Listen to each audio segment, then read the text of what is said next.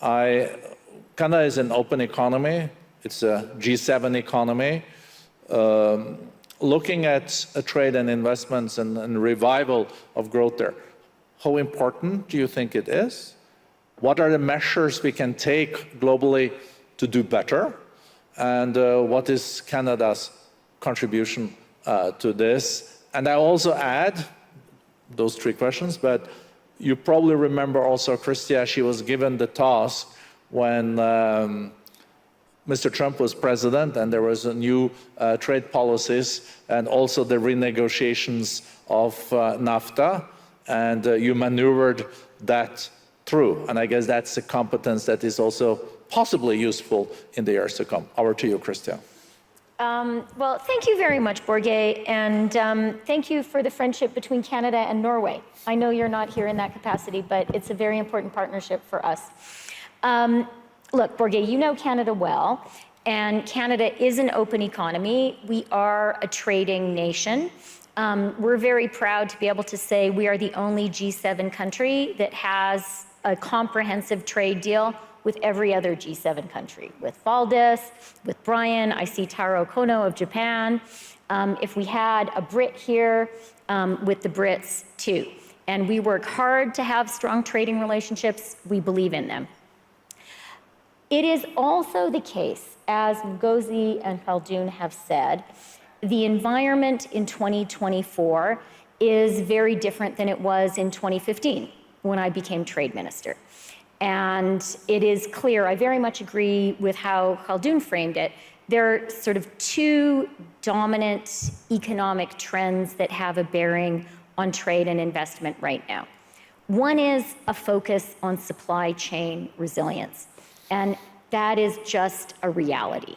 After the shock that we all experienced during COVID with things shut down, our people are just going to demand a little more security in their supply chains.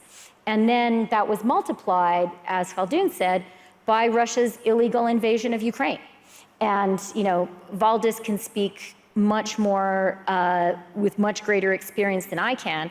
But we all saw in particular how that really delivered a huge shock to Europe, the dependency that they had. So supply chain resilience, it's a reality. And we're all thinking about it in how we build our own trade relationships and also how we as Canada make a pitch to foreign investors. The other thing that's going on, and again, Khaldun talked about this is a hugely transformative moment in the whole global economy. I think that right now we're living through a moment which is comparable only to the Industrial Revolution itself, in terms of the energy transition and the way we need to retool all of our manufacturing. That is huge. Canada's strategy, Borge, is to say, look at these two trends and let's see how we can use them to play to Canada's strengths. And our view is there's a lot that Canada can offer to the world in this moment. You know, we have the critical minerals and metals that you need to build a green economy. We have a lot of clean energy. 85% of our grid is already clean, and we are investing heavily in building more clean energy. We are a country that believes in manufacturing, has manufacturing know-how and capacity. And then you guys spoke about industrial policy. You know, the thing that is new about industrial policy is we are developing our economies, growing our economies at a time when we also need to accomplish the green transition. And I spoke yesterday to a very significant international business leader who is also a big investor in Canada.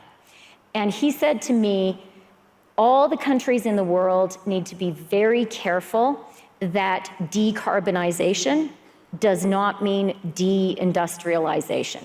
I thought that was an extremely smart comment, and Canada is absolutely determined that decarbonization for us will mean more jobs, more growth, more manufacturing, and we recognize government needs to play a role to make that happen. So we've set up a $15 billion government fund run by professional investors from a Canadian pension fund. And I hope you know Canadian pension funds, they're geniuses, the best in the world. So we don't have my department manage the money. Sorry, you guys are very good too. And the Norwegians are involved. Norwegians also is not good. bad We're either, good. huh? No, but like, come on, the Canadian pension funds, they're great.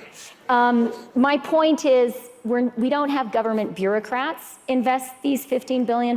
We have professional investors do it, but their job is to fill that gap between to really de-risk for private capital. And that $15 billion is being invested alongside private capital to make projects work.